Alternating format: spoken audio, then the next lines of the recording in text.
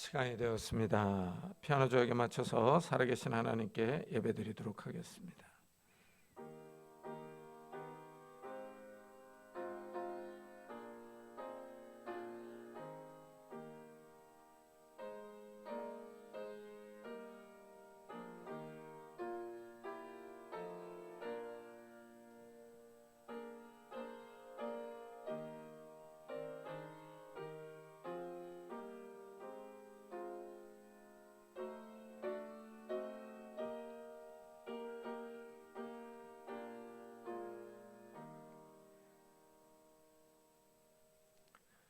하나님은 영이시니 예배하는 자가 영과 진리로 예배할지니라. 아멘.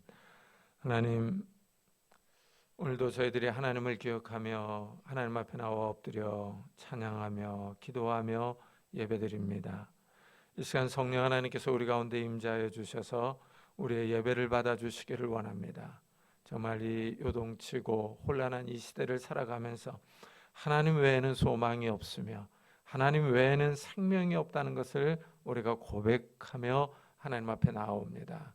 성령 하나님께서 이 시간도 우리에게 충만히 임재하셔서 우리의 영을 새롭게 하시고 죄로 오염되어 있는 우리의 영혼들을 깨끗하게 하여 주셔서 우리가 살아계신 하나님을 바라보며 하나님의 음성을 듣고 기뻐하며 즐거워할 수 있는 시간이 될 수 있도록 축복해 주옵소서.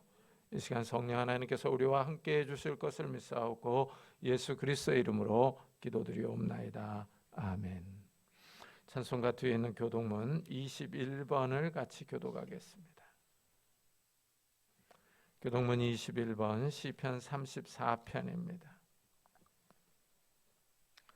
내가 여호와를 항상 송축하며 내 입술로 항상 주를 찬양하리이다.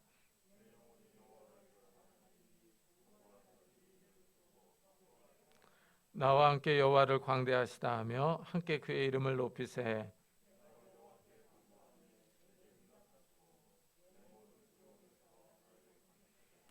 이 공고한 자가 부르짖음에 여호와께서 들으시고 그의 모든 환난에서 구원하셨도다.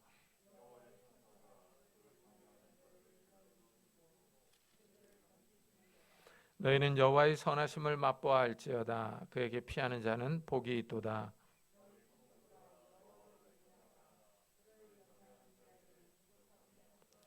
젊은 사자는 궁핍하여 줄일지라도 여호와를 찾는 자는 모든 좋은 것에 부족함이 없으리로다. 아멘. 사도신경으로 신앙을 고백하겠습니다. 전능하사 천지를 만드신 하나님 아버지를 내가 믿사오며 그 외아들 우리 주 예수 그리스도를 믿사오니 이는 성령으로 잉태하사 동정녀 마리아에게 나시고 본디오 빌라도에게 고난을 받사 십자가에 못 박혀 죽으시고 장사한 지 사흘 만에 죽은 자 가운데서 다시 살아나시며 하늘에 오르사 전능하신 하나님 편에 앉아 계시다가 저로서 산자와 죽은 자를 심판하러 오시리라. 성령을 믿사오며 거룩한 공회와 성도가 서로 교통하는 것과 죄를 사하여 주시는 것과 몸이 다시 사는 것과 영원히 사는 것을 믿사옵나이다. 아멘. 우리 다 같이 자리에 앉으셔서 찬송가 543장을 부르겠습니다.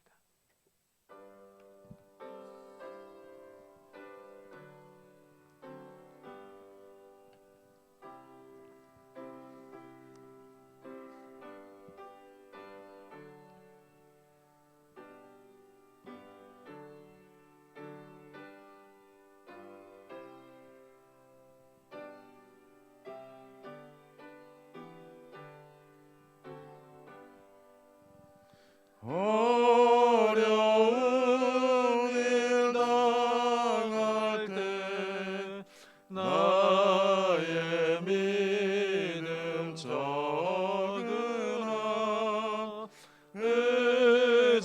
의지하는 내 주를 더욱 의지합니다. 세월 지나갈수록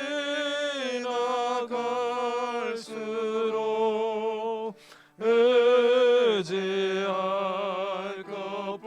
것뿐일세.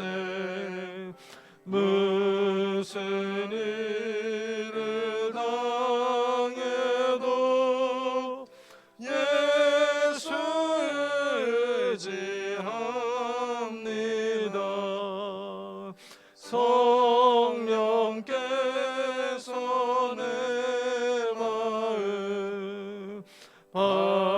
밝게 비춰주시니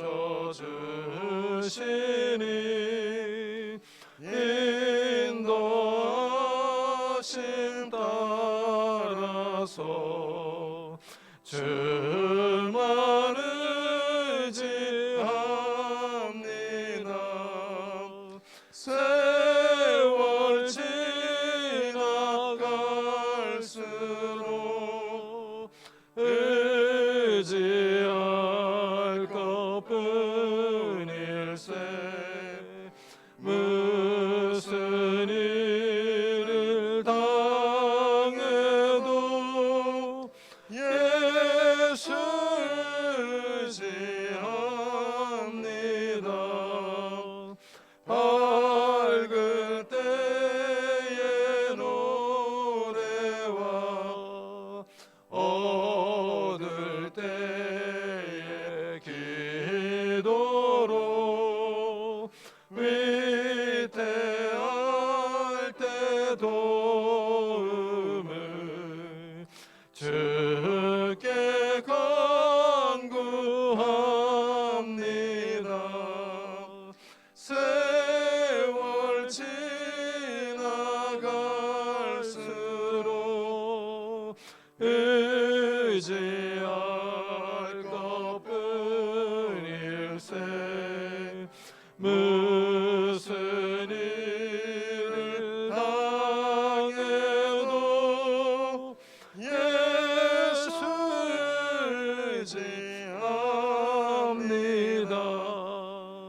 생명 있을 동안에 예수 의지합니다. 천국 올라가도록 의지할 것뿐일세. 세월 지나갈수록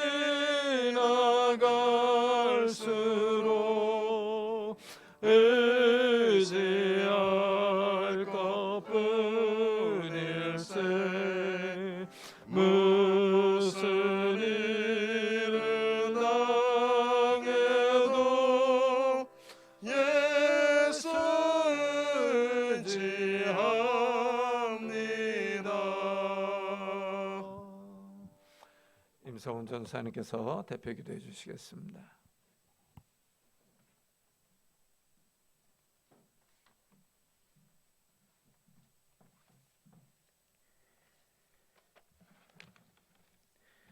기도하시겠습니다. 만일 우리가 우리 죄를 자백하면 저는 미쁘시고 의로우사 우리 죄를 사하시며 모든 불의에서 우리를 깨끗게 하실 것이요. 아멘. 사랑과 은혜가 풍성하신 하나님 아버지, 주님의 은혜를 진심으로 감사드립니다. 한 주간도 저희를 지키시고 인도하셔서 세상으로 나가기 전 예배의 쉼을 허락하시니 진심으로 감사드립니다. 주님, 은혜 받기 전 먼저 주님 앞에 한 주간 우리 삶 속에서의 우리 죄를 회개합니다. 하나님, 매일의 삶의 모습이 늘 죄악뿐임을 고백합니다. 만물보다 심히 부패한 우리의 심령을 고백하오니 용서하여 주시고 그리스도의 보혈로 씻어 깨끗게 하여 주옵소서. 그리하여 우리가 죄임을 바로 깨닫게 하시고 그리스도 안에 하나님의 자비를 깨달아 자기의 죄에 대해 바로 알고 슬퍼하고 미워하며 그 죄에서 떠나 하나님께로 돌아가는 굳은 결심과 노력으로 새롭게 순종하는 예배를 드리는 우리가 되게 하여 주시옵소서. 사랑의 하나님, 예고 없이 찾아온 코로나라는 불청객 앞에서 그동안 잃어버렸던 소중한 것을 다시 찾게 하시니 감사드립니다. 일상이 더욱 회복되게 하여 주시고 우리의 삶에 무너졌던 부분들도 다시 재건되게 하여 주시옵소서. 호국 보훈의 달 6월을 또 우리에게 허락하심을 감사합니다. 후손들을 지키기 위해서 목숨 걸고 지킨 우리나라의 선조들의 아름다운 희생을 기억하며 아름답게 보존해가는 우리 되게 하여 주시옵소서. 전 세계 이웃 나라들에게 복음을 증거하는 복음의 전초기지가 되는 우리나라가 되게 하여 주시고 사회, 정치, 경제, 문화, 군사 각 분야를 책임지는 위정자들에게 지혜를 주셔서 아름답게 잘 이끌어갈 수 있도록 하여 주시옵소서. 전 세계를 위해 기도합니다. 우크라이나 러시아 전쟁이 이제 속히 끝나고 그 땅에 평화가 올 수 있도록 주님 인도하여 주시옵소서. 각국의 지도자들이 지혜를 모으고 빨리 그 땅 가운데 전쟁의 참혹함이 사라지고 아름다운 샬롬의 은혜가 다가올 수 있도록 주님 은혜를 허락하여 주시옵소서. 은혜샘 교회를 위해 기도합니다. 아픈 자, 육신이 아픈 자, 또 마음이 아픈 자, 하나님 어루만져 주시고 피 묻은 손으로 만져 주셔서 온전함을 덧입을 수 있도록 인도하여 주시옵소서. 그 마음 깊은 곳에 있는 아무도 모르는 주님만이 아시는 그 부분도 하나님 만져 주셔서 온전한 회복이 있는 우리 모든 성도님들 되게 하여 주시옵소서. 생업터와 직장과 또 학교에서 수고하시는 모든 우리 성도님들을 붙잡아 주시고 어디를 가든 은혜의 샘물을 공급하는 아름다운 작은 예수로 살아가는 우리 성도님들 되게 하여 주시옵소서. 누가 성전을 건축하는가라는 제목으로 말씀을 증거하시는 목사님에게 은혜를 더하여 주시고 오직 말씀의 진의만 드러내는 김용훈 목사님 될 수 있도록 인도하여 주시옵소서. 그 말씀을 아멘으로 화답하는 우리의 심령 될 줄 믿으며 우리가 죄를 고백하면 우리를 깨끗게 하시고 우리를 맑게 하시고 새 일을 실행하시는 우리 주 예수 그리스도 이름으로 감사하며 기도드립나이다. 아멘.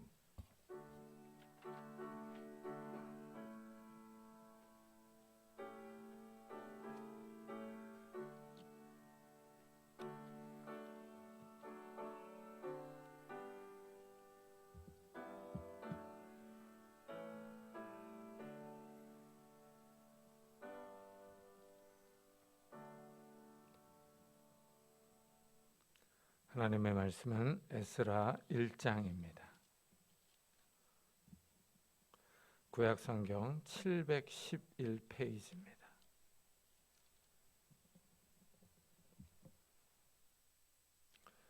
에스라 1장 1절부터 11절까지 저와 여러분이 한 절씩 교독하겠습니다.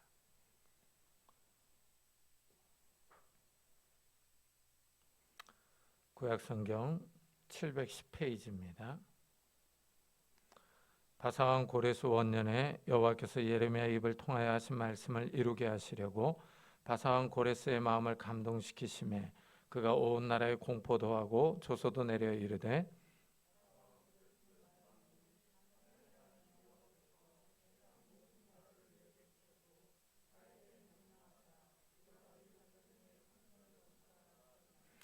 이스라엘의 하나님은 참 신이시라. 너희 중에 그의 백성된 자는 다 유다 예루살렘으로 올라가서 이스라엘의 하나님 여호와의 성전을 건축하라. 그는 예루살렘에 계신 하나님이시라.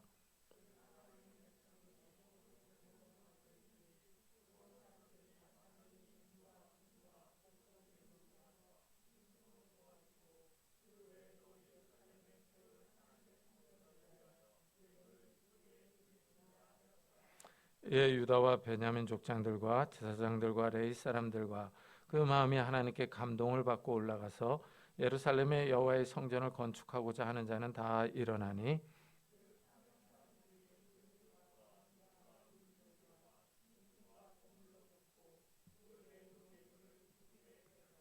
고레스 왕이 또 여호와의 성전 그릇을 꺼내니 옛적에 느부갓네살이 예루살렘에서 옮겨다가 자기 신들의 산당에 두었던 것이라.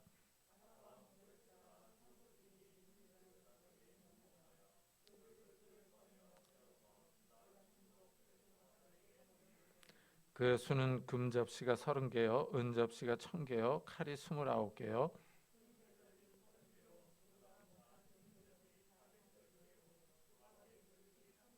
다 같이 금은 그릇이 모두 5400개라. 사로잡힌 자를 바벨론에서 예루살렘으로 데리고 갈 때 세스바살이 그 그릇들을 다 가지고 갔더라. 아멘. 러시아의 우크라이나 침공이 역사를 바꿔놓고 있습니다. 그동안 중립을 표명했던 유럽의 국가들이 나토에 가입하는 일들이 벌어집니다. 유럽이 경제 논리가 아니라 안보 논리로 재편되고 있습니다. 러시아의 푸틴 대통령 한 사람의 생각과 결정이 이런 흐름을 바꾸어 놓고 있습니다. 이렇게 중요한 위치에 있는 사람의 생각과 결정이 세계 역사의 흐름을 바꾸어 놓습니다. 오늘 읽은 말씀도 이런 사실을 잘 보여줍니다. 유다가 바벨론에 망해서 포로로 잡혀갔습니다. 그런데 바벨론은 다시 페르시아에 의해 망했습니다. 페르시아의 고레스 왕이 등장하여 유다의 해방을 선포합니다. 이 명령으로 유다의 역사가 변합니다. 오늘 말씀은 바사왕 고레스 원년에 여호와께서 예레미야의 입을 통하여 하신 말씀을 이루게 하시려고 바사왕 고레스의 마음을 감동시키심에 그가 온 나라에 공포도 하고 조소도 내려 이르되 하고 시작합니다. 이 바사는 이 페르시아를 의미합니다. 고레스가 페르시아의 왕이 되어 유다에게 자유를 줍니다. 그런데 고레스의 이런 명령에 배후가 있다 하고 설명합니다. 첫째는 하나님이 선지자 예레미야 입을 통해서 하신 말씀을 성취한다고 설명합니다. 예레미야는 유다의 마지막 선지자로 유다의 죄를 지적하며 멸망을 외쳤던 사람입니다. 유다가 망하여 바벨론에서 포로 생활을 할 것이라고 외쳤습니다. 유대인들은 예레미야의 예언을 믿지 않고 그를 매국노, 반역자로 학대했습니다. 그러나 예레미야의 예언대로 유다는 망해서 바벨론으로 포로로 잡혀갔습니다. 예레미야의 말이 역사에서 정확하게 이루어진 겁니다. 그런데 예레미야는 유다의 멸망만을 말하지 않았습니다. 예레미야는 유다가 70년 동안 포로 생활을 하고 다시 가나안 땅으로 돌아올 것을 예언했습니다. 나라의 멸망과 회복 그리고 성전 회복까지 말했습니다. 너희가 가르쳐 말하기를 황폐하여 사람도 없고 짐승도 없다 하던 여기 곧 황폐하여 사람도 없고 주민도 없고 짐승도 없던 유다 성읍들과 예루살렘 거리에서 즐거워하는 소리 기뻐하는 소리 신랑의 소리 신부의 소리와 및 만군의 여호와께 감사하라 여호와는 선하시니 그 인자심이 영원하다 하는 소리와 여호와의 성전에 감사제를 드리는 자들의 소리가 다시 들리리니 이는 내가 이 땅에 포로를 돌려 보내어 지난 날처럼 되게 할 것임이라 하고 외쳤습니다. 예레미야 선지자는 70년 후에 될 일을 예고합니다. 포로로 잡혀갔던 사람들이 다시 황폐해진 가나안 땅에 돌아와서 집을 짓고 살고 사람들이 많아질 것입니다. 젊은 사람들이 결혼하여 거리에 신랑과 신부의 기뻐하는 소리가 들릴 것입니다. 성전에서는 다시 제사를 드리는 소리가 들릴 것이라고 예언했습니다. 예레미야는 70년이 지나면 예루살렘에 다시 성전이 건축될 것을 예언합니다. 70년은 긴 세월입니다. 사람이 태어나고 죽는 한 세대입니다. 70년 포로 생활은 모든 기억을 지워버릴 수 있습니다. 그러나 하나님은 예레미야를 통하여 예언하신 말씀을 정확하게 기억하고 계십니다. 때가 찾아 하나님이 예레미야의 예언을 이루시려고 고레스 왕의 마음을 움직이십니다. 둘째는 역사 배후에 보이지 않는 손이 있습니다. 역사를 움직이는 손입니다. 하나님이 역사를 주관해 가십니다. 때가 되자 하나님이 페르시아의 최고 권력자 고레스 왕의 마음을 충동합니다. 고레스 왕의 마음을 감동하십니다. 여기서 감동하신 것은 고레스의 영을 흔들어 깨우는 겁니다. 그 마음에 자극을 주어서 움직이는 겁니다. 하나님이 고레스의 마음을 움직이고 있습니다. 고레스의 마음을 휘저어서 생각하고 결정하고 행동하게 합니다. 이 점이 신비롭습니다. 하나님이 사람의 마음을 움직이십니다. 그래서 어떤 결정을 하게 만듭니다. 이때 결정을 내리는 사람이 중요한 위치에 있으면 세계의 역사가 달라집니다. 고레스는 그 당시 최강대국의 왕입니다. 지금의 미국 대통령과 같은 위치에 있는 사람입니다. 얼마 전 뉴스를 보니 전 미국 대통령 트럼프가 주한 미군을 철수시키려고 했었다는 보도가 나왔습니다. 만일 이 생각이 실행되었다면 한국 역사에 큰 변화를 주었을 것입니다. 한국의 전 국민의 삶에 큰 영향을 미쳤을 것입니다. 하나님이 고레스 왕을 흔들어서 움직입니다. 그러자 고레스 왕이 결정합니다. 바벨론 지역에 포로로 잡혀온 유다 민족은 고향 가나안 땅으로 돌아가도 좋다고 명령을 내립니다. 하나님이 사람의 마음을 다스리며 움직입니다. 중요한 사람의 결정이 역사의 방향을 틀며 사람들의 삶을 흔들어 놓고 있습니다. 믿지 않는 사람들은 말씀의 성취를 의심합니다. 고레스의 이런 결정은 우연의 일치라고 말할 겁니다. 그러나 사람의 마음 변화를 잘 살펴보면 충분히 가능한 일입니다. 사람의 생각은 여러 가지 요인에 의해 영향을 받습니다. 가장 가까운 배우자의 말이나 친구의 말을 들으면 생각이 바뀌기도 합니다. 환경이 변하면 사람의 계획은 변하기도 합니다. 이렇게 사람의 생각과 계획은 흔들리며 변경됩니다. 하나님이 충분히 사람의 마음에 영향을 미칠 수 있습니다. 사람들의 말이나 환경의 변화나 떠도는 소문을 사용하여 왕의 마음을 바꿀 수 있습니다. 중요한 정책을 계속 생각나게 할 수도 있습니다. 이 하나님의 보이지 않는 손길이 왕의 마음과 역사에 영향을 미치고 있습니다. 고레스 왕이 마음의 충동을 받아서 유대인을 해방시키는 명령을 내립니다. 고레스는 이 결정이 하나님으로부터 왔다고 말합니다.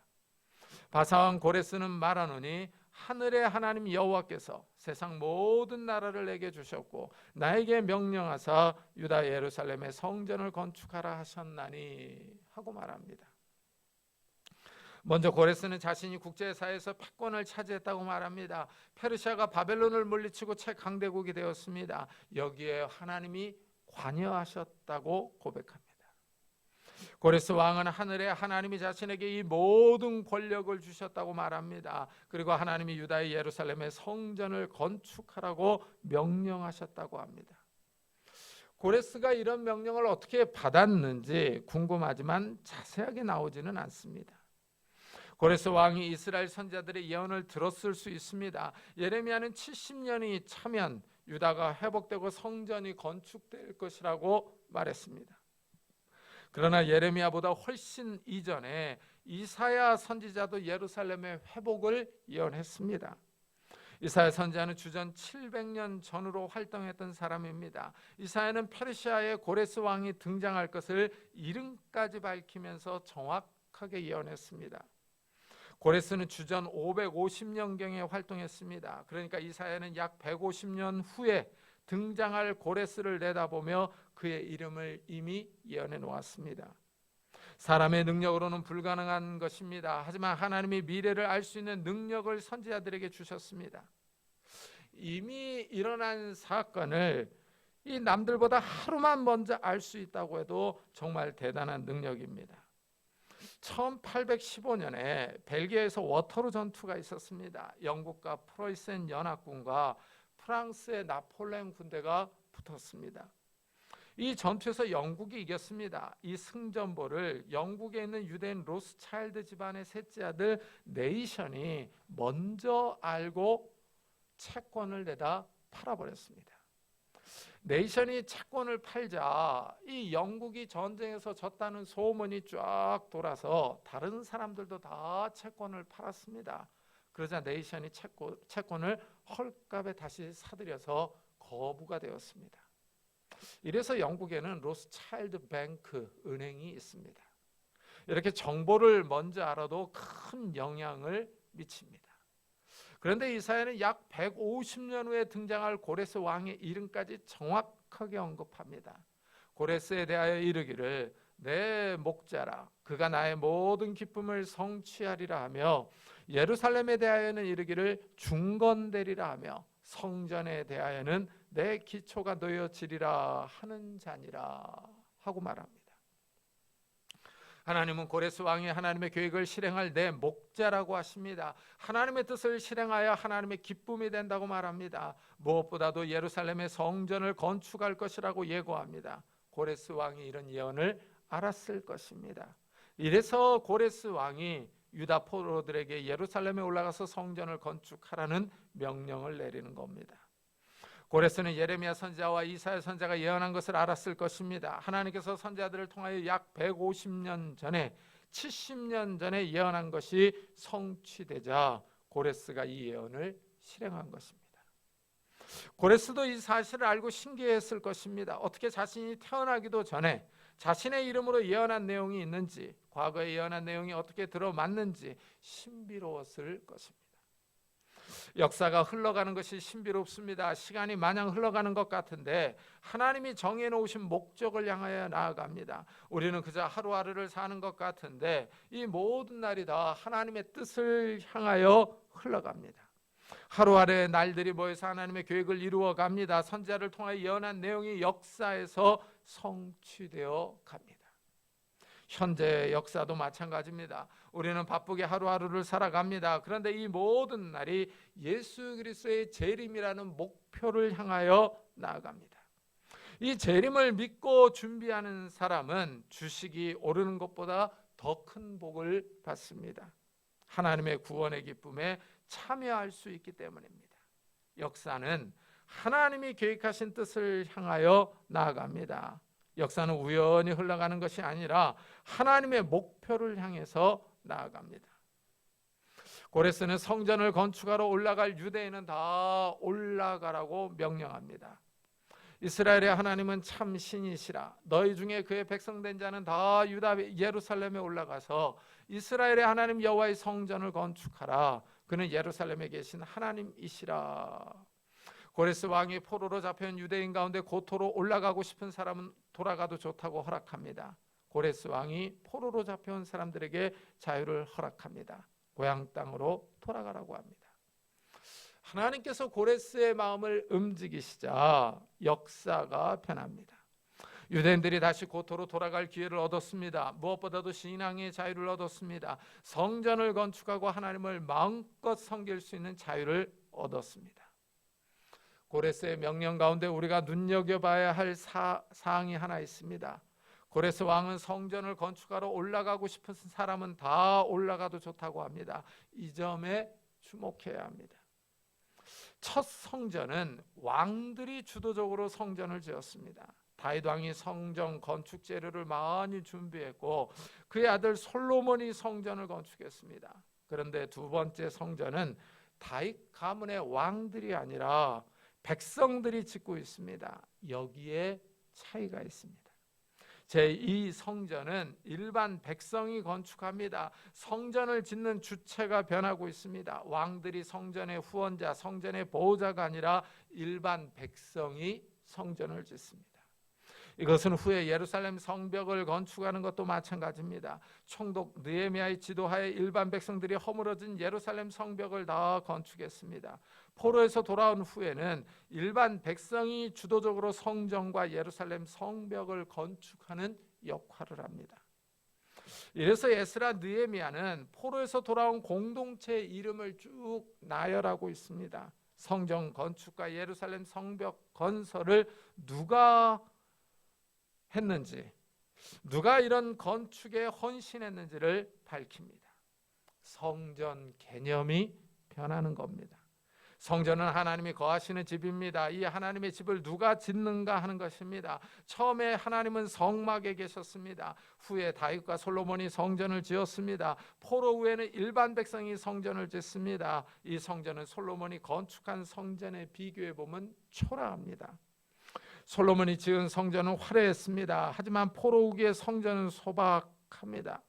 솔로몬이 성전 봉헌식을 거행할 때 영광의 구름이 가득했습니다. 하늘에서 불이 떨어져서 번제물을 다 태웠습니다. 그러나 포로 후기의 성전은 영광의 구름이 나타났다거나 하늘에서 불이 떨어졌다는 기록이 없습니다. 무엇보다도 제2 성전에는 언약궤에 대한 기록이 없습니다. 유다가 망할 때 모세가 만들었던 언약궤가 어디로 갔는지 아무도 모릅니다. 언약궤의 행방을 아는 사람이 없습니다. 예레미야는 언약궤를 말하거나 기억하는 사람이 없고 다시 만드는 사람도 없을 것이라고 예언했습니다. 제2 성전을 건축했을 때 사람들은 언약궤를 만들지 않았습니다. 제2 성전은 솔로몬의 성전과 비교해 보면 아주 소박합니다. 언약궤도 영광의 구름도 나타나지 않았습니다. 하지만 사람들이 있습니다. 페르시아에서 올라와서 성전 건축을 위해 노력하고 희생한 사람들이 있습니다. 여기에 우리가 주목해야 합니다. 이제 건물에서 사람으로 성전 개념이 변하고 있습니다. 이런 변화는 신약에 들어오면서 확연하게 드러납니다. 예수님이 이 땅에 오셔서 예루살렘 성전을 청결하게 하십니다. 유대인들이 성전에서 장사하고 있기 때문입니다. 예수님이 양과 소를 다 쫓아내고 동전 바꾸는 자의 상을 엎어버립니다. 그리고 예수님은 이 성전을 헐라 내가 사흘 동안에 일으키리라 하십니다. 예수님이 충격적인 말씀을 합니다. 성전을 허물라고 합니다. 이때 성전은 바벨론에서 돌아온 사람들이 건축한 제2성전을 헤롯 왕이 보수해서 건축한 것입니다. 예수님이 성전을 사흘 동안에 세우겠다고 하십니다. 그러자 유대인들이 비웃습니다. 성전을 사흘 동안에 건축하는 것은 불가능한 일이기 때문입니다. 벽돌로 짓는 성전을 3일에 건축하는 것은 불가능합니다. 그러나 예수님은 이런 성전을 말씀하시는 것이 아닙니다. 사도 요한이 이렇게 논평합니다. 그러나 예수는 성전된 자기 육체를 가리켜 말씀하신 것이라. 예수님은 자신이 성전이라고 하십니다. 그렇습니다. 예수님이 모퉁이 돌로 친히 성전이 되십니다. 신약 시대는 벽돌 건물을 가리켜 성전이라고 말하지 않고 이제 예수님에 의해 지어질 새로운 성전을 말합니다. 예수님이 모퉁이 돌이 되시고 그 위에 성도들이 벽돌이 되어서 영적 성전을 건축합니다. 이래서 사도 바울은 성도들이 하나님이 거하실 성전으로 지어져 간다고 설명합니다. 너희는 사도들과 선지자들의 터 위에 세우심을 입은 자라 그리스도 예수께서 친히 모퉁이 돌이 되셨느니라. 그의 안에서 건물마다 서로 연결하여 주 안에서 성전이 되어가고 너희도 성령 안에서 하나님이 거하실 처소가 되기 위하여 그리스도 예수 안에서 함께 지어져 가느니라 하고 말합니다. 신약 시대로 들어서면서 성전 개념이 완전히 변했습니다. 이제 벽돌로 지은 건물이 중요한 것이 아니라 사람이 중요합니다. 예수 그리스도를 믿는 사람이 성전이 되어가고 있습니다. 웅장하고 멋있게 지은 건물, 실내 인테리어가 잘 되어 있는 건물, 화려한 장식들로 가득 찬 건물이 중요한 것이 아니라 예수를 믿는 사람들이 더 중요합니다. 이래서 신약 시대는 건물로서의 성전을 강조하지 않습니다. 이런 점이 교회 건물에 그대로 적용할 수 있습니다. 교회 건물은 예배를 드리는 공간적인 의미를 갖습니다. 어디에서 예배를 드리느냐가 중요한 것이 아니라 얼마나 신령과 진정으로 영과 진리 안에서 예배를 드리느냐가 더 중요합니다. 그동안 한국교회가 부흥하면서 교회 건물을 짓느라고 열심이었습니다. 많은 사람의 희생과 헌신으로 웅장하고 화려한 교회 건물이 많이 등장했습니다. 그러나 요즘 안타까운 사실은 교회는 화려하고 멋있는데 모이는 사람이 점점 줄어들고 있다는 사실입니다. 사회가 바쁘게 돌아갑니다. 교회에 모일 시간이 점점 줄어듭니다. 이런 현상은 비단 우리나라에만 있는 것은 아닙니다. 유럽의 교회들은 이미 이런 현상을 겪었습니다. 제가 유럽에 있을 때 이런 현상이 지속적으로 일어났습니다. 아름답게 지어놓은 교회와 성당에 사람들이 모이지를 않아서 음악회 연주회장이나 결혼식장으로 사용합니다. 중세 때 지은 교회와 성당 건물은 시에서 재정 보조를 해서 관리해 줍니다. 관광 상품으로 사용하는 것입니다. 요즘은 코로나 바이러스 때문에 더 모이지를 못했습니다. 비대면 동영상 예배를 드리다 보니 교회에 나오기보다는 영상 예배를 드리는 것이 더 편리합니다. 서울의 한 유명한 성당은 신도의 3분의 2가 나오지 않아서 재정에 큰 어려움이 있다는 말을 듣기도 했습니다. 시대가 변하고 있습니다. 이래서 포로 후기에 누가 성전을 건축하고 있는지 하는 것입니다. 왕과 같이 힘 있는 사람들이 아니라 힘이 없고 연약한 백성이 성전을 건축합니다. 일반 백성이 하나님이 거하실 집을 짓고 있습니다. 이래서 역대기야, 에스라, 느헤미야는 포로에서 올라온 사람들의 이름을 길게 나열하고 있습니다. 이들이 하나님의 집을 건축하는데 희생하며 헌신했다는 것입니다. 건물보다 사람을 더 중요하게 생각합니다. 물론 성전 건축을 위하여 물질로 헌신한 사람들이 있습니다. 예루살렘에 올라가지 않은 사람들은 물질로 예루살렘에 올라가는 사람을 도왔습니다. 이들의 헌신도 귀합니다. 그렇지만 예루살렘으로 올라온 사람들이 더 귀합니다. 예루살렘은 이미 황폐화되어 있습니다. 사람들이 올라와서 모든 것을 다 새롭게 시작해야 합니다. 살 집을 건축하고 농사도 지어야 합니다. 일단 먹고 살기 바쁩니다. 여기에 하나님의 집을 건축해야 합니다. 보통 희생이 따르는 일이 아닙니다. 가나안 땅에 가려면 이미 정착하고 있는 곳을 떠나야 합니다. 이것은 보통 결심이 아니면 하기 힘든 결정입니다. 이미 생활 기반이 다 마련되어 있는 곳을 떠나서 다시 새롭게 시작해야 합니다. 고생길이 훤합니다. 보통 결심이 아니면 실행하기 힘든 일입니다. 하지만 여기에 동참하는 사람들이 있습니다. 고생을 자처하고 나섭니다. 고레스가 성전을 건축하러 올라갈 사람은 올라가라고 하자 이에 유다와 베냐민 족장들과 제사장들과 레위 사람들과 그 마음이 하나님께 감동을 받고 올라가서 예루살렘의 여호와의 성전을 건축하고자 하는 자가 다 일어나니 하고 말합니다. 하나님께 감동을 받은 사람들이 일어납니다. 하나님이 마음을 움직이는 사람들이 있습니다. 사람들의 영을 흔들어 깨웁니다. 하나님의 집을 건축하러 가려는 열심을 불어넣습니다. 이들이 분연히 일어나서 자기가 살던 집과 산업을 정리하고 예루살렘으로 여행을 떠납니다. 이들은 비전을 갖고 있습니다. 예루살렘의 성전을 건축하려는 꿈을 꿉니다. 예루살렘까지 가는 길이 험하고 먼 길입니다. 그렇지만 이들은 희망에 부풀어 있습니다. 다시 고향으로 돌아간다는 부푼 마음이 있습니다. 고향에 가서 성전을 건축하고 나라를 다시 세우려는 희망을 가지고 예루살렘으로 돌아갑니다. 이렇게 비전이 강한 사람들은 현실의 어려움을 이겨냅니다. 포로에서 돌아와서 집을 짓고 농사를 짓고 성전을 건축하는 일은 쉽지 않습니다. 많은 어려움이 있습니다. 고생을 사서 하는 겁니다. 하지만 이들은 비전을 품고 이 모든 어려움을 견디며 나아갑니다. 하나님을 위한 집을 건축하려는 열망으로 가득 찬 사람들입니다. 이런 희망과 소망이 현실을 이길 힘과 능력을 줍니다. 이 점이 아주 중요합니다. 이런 면을 현대의 성도들이 가지고 있는 소망과 비교할 수 있습니다. 나라가 발전하고 한국교회가 부흥할 때 교회를 세우려는 꿈이 있었습니다. 이래서 교회가 건축한다고 할 때 헌금을 드리고 교회 건축을 위해 시간을 내서 기도하고 헌신했습니다. 한국교회 건물이 멋있게 완공이 되었습니다. 화려하고 멋있는 건물에서 예배를 드립니다. 성취감이 있었습니다. 그런데 안타깝게도 이런 성취감은 얼마 가지 못했습니다. 교회 건물 건축이 중요한 일이긴 했지만 본질적인 것이 아니었기 때문입니다. 위에서 말씀드렸듯이 교회는 이제 건물보다는 사람이 더 중요하기 때문입니다. 성도들의 소망은 이 땅에 있는 것들보다는 하늘에 있는 것들이 더 소중합니다. 하늘나라를 바라보는 소망입니다. 이런 소망, 이런 비전이 흔들리지 않는 사람은 이 땅의 어려움을 잘 견뎌나갑니다. 환난과 어려움이 닥쳐도 흔들리지 않습니다.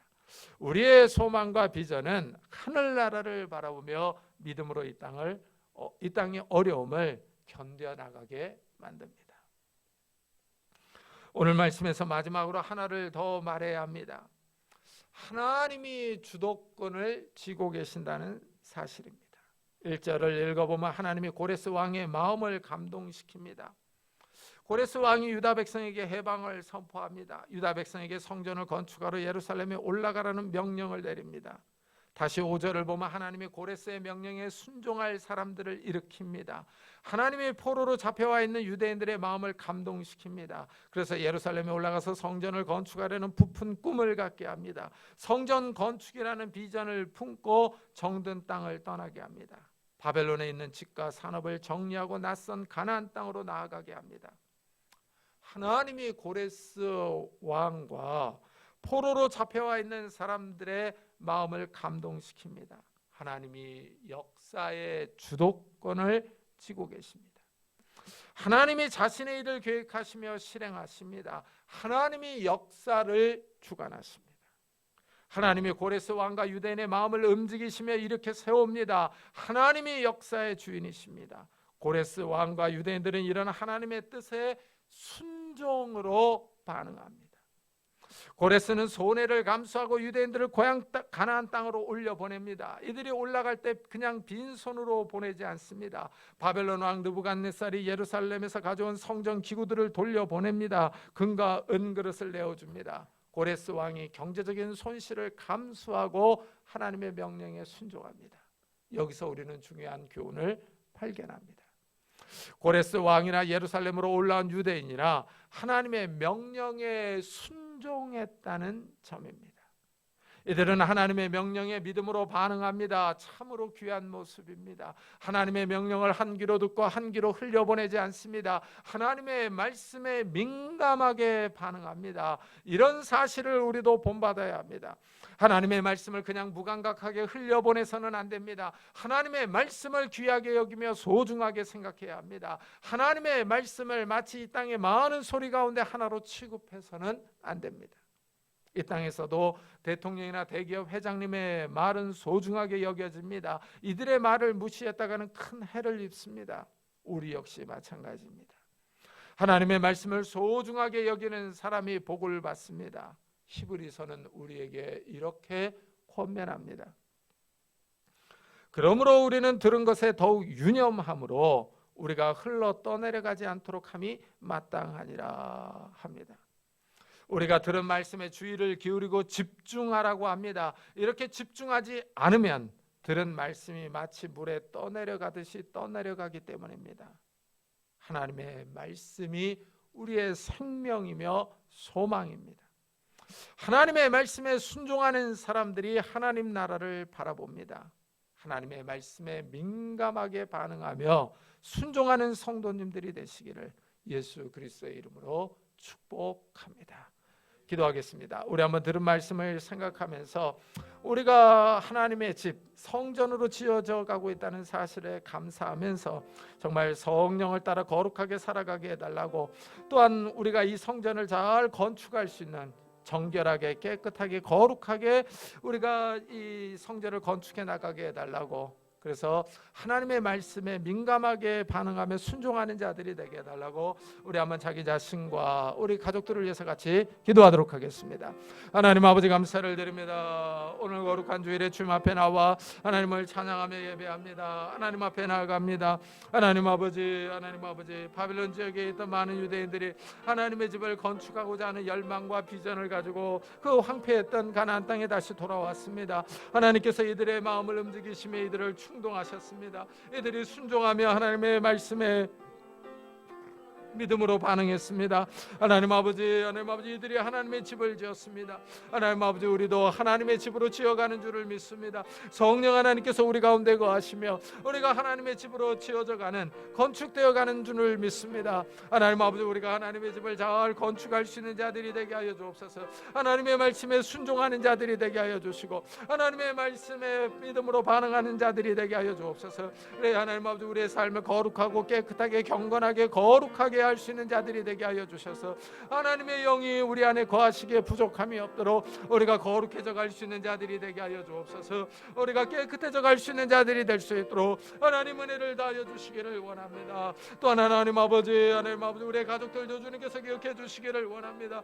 이런 믿음을 다하여 주시고 하나님 아버지 자기 자신을 거룩하게 성결하게 갖고 나갈 수 있는 믿음의 자녀들이 다 될 수 있도록 은혜를 다하여 주옵소서. 하나님 우리를 붙잡아 주시기를 원합니다. 우리를 축복해 주시기를 원합니다. 하나님 은혜를 다하여 주시옵소서. 은혜를 다하여 주시옵소서. 주님 우리 교회를 위해서도 기도합시다. 이 교회가 이곳에서 말씀과 이 성령 안에서 신령과 진리 안에서 예배를 드리게 해달라고, 이 교회가 든든하게 서가게 해달라고, 이 교회에 속한 모든 성도들의 삶을 축복해 달라고 우리 한번 같이 기도하도록 하겠습니다. 하나님 아버지 감사를 드립니다. 이곳에 귀한 교회를 세우시고 이곳까지 인도해 주셨습니다. 하나님 아버지 이 교회를 축복해 주옵소서. 이 교회가 깨어있는 귀한 교회가 되기를 원합니다. 말씀을 바로 선포하며 생명의 말씀 진리의 말씀이 바로 선포되게 해 주옵소서. 하나님 아버지 이 교회가 깨어있어서 하나님 앞에 영과 진리로 예배를 드리게 하여 주시고 신령과 진리 안에서 예배를 드릴 수 있도록 은혜를 다하여 주옵소서. 그래 하나님 아버지 이 교회가 든든하게 서가게 하여 주시고 이 교회에 속한 모든 성도들의 삶을 주님께서 어루만져 주시기를 원합니다. 하나님 아버지 성도들의 삶이 하나님의 은혜 가운데 은총 가운데 있게 하여 주시고 정말 하나님 아버지 이 교회가 바로 서서 하나님의 뜻을 이루어드리며 하나님을 영화로 평화롭게 하게 하여 주시고 우리 성도들의 가정들이 평안하며 하나님의 말씀 안에서 귀한 성전으로 지어져 갈 수 있도록 주여 축복해 주옵소서. 이 교회를 축복하시고 은혜를 베풀어 주시옵소서. 하나님, 이 교회에 속한 모든 성도들의 가정들을 축복해 주옵소서. 하나님,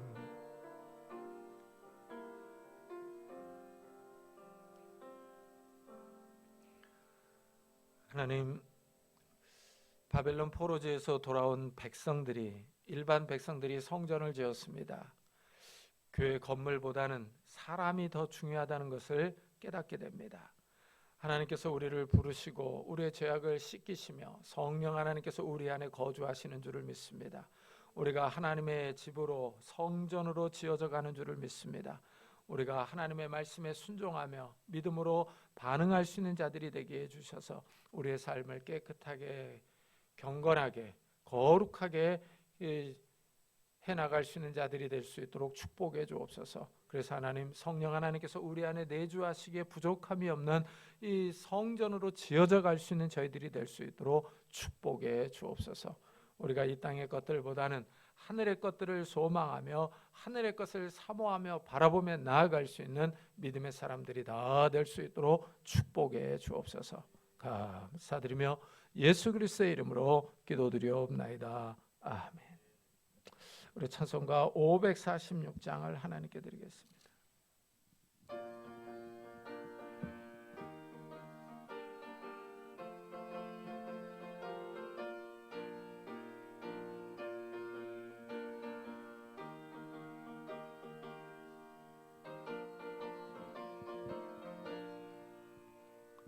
주님 약속하신 말씀 위에서 영원토록 주를 찬송하리라.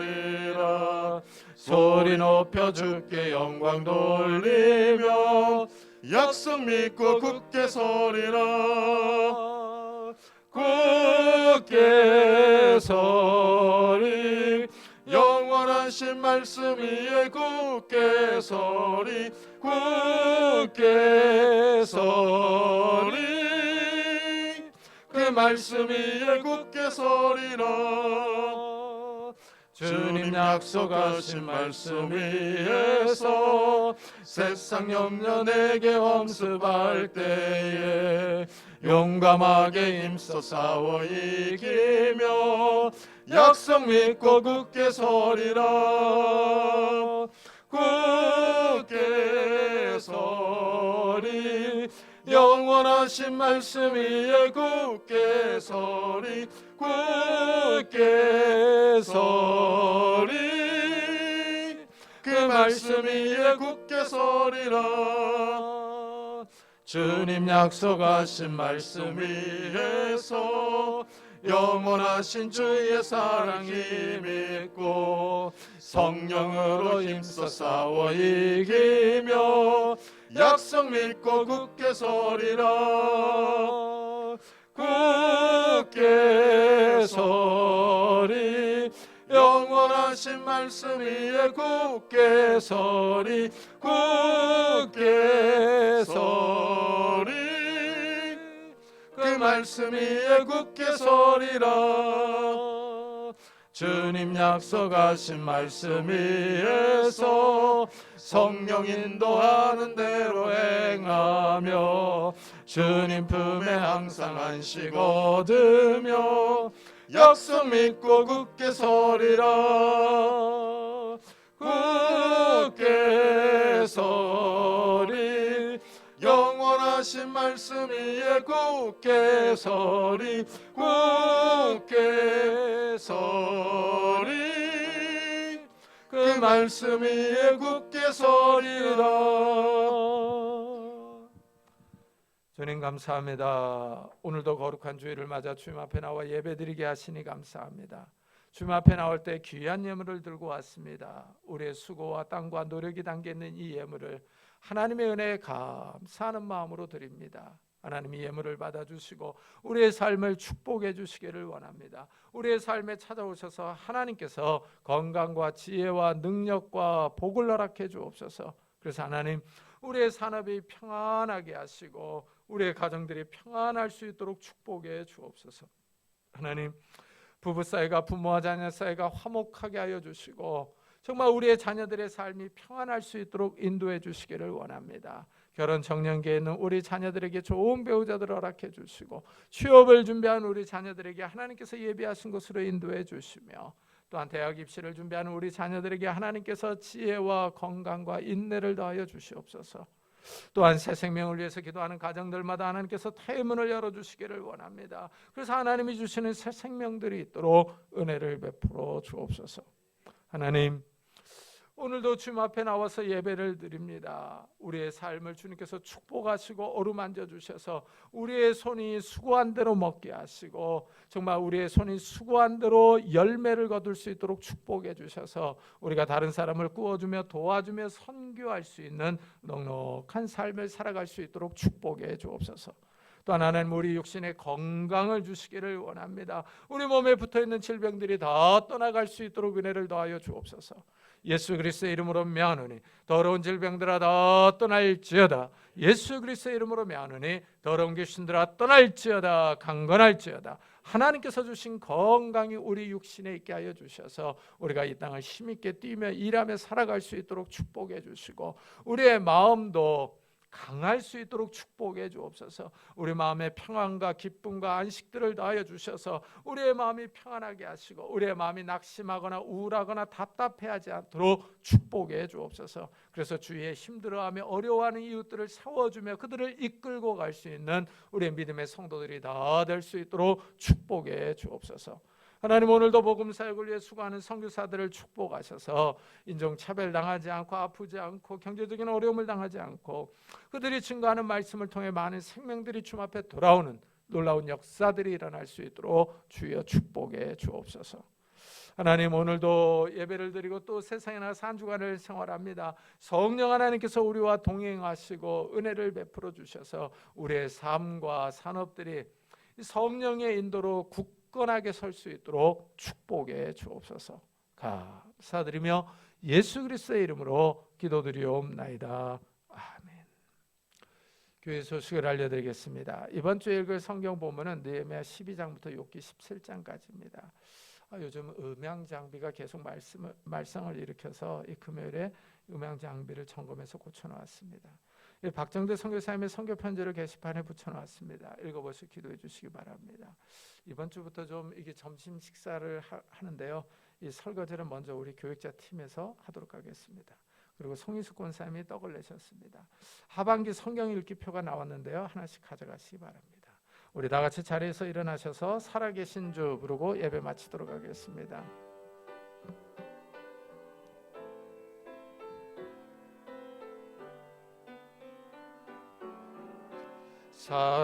살아계신 주 나의 참된 소망 걱정 근심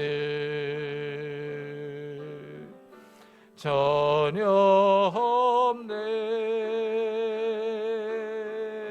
사랑의 주네 갈 길 인도하니 내 모든 삶의 기쁨 늘 충만하네.